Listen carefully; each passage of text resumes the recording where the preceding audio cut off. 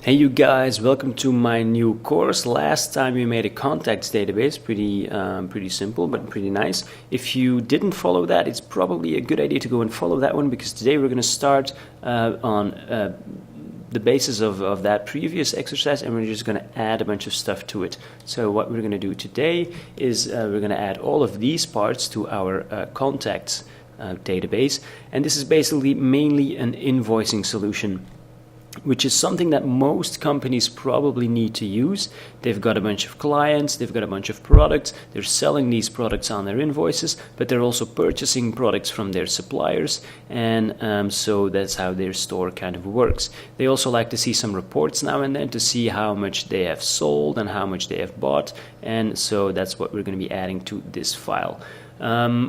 We will go over every section one by one, so you will get to know all these sections as you kind of go through the exercise. If you want, you can download the file, the Filemaker file, and I've added some nice extras as well.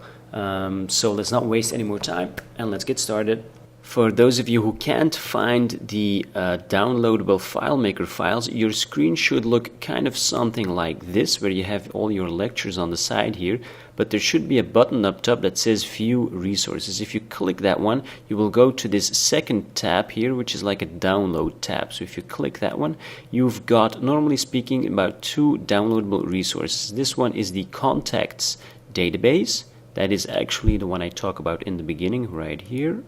And that's the simple one that we did in the other course. You can just download this file right here, and this one is the final file that we will have when we complete this entire course. So that is also available for download. So if you download both of these ones, then you have both FileMaker files, the one that we begin with and the one that we're going to end with.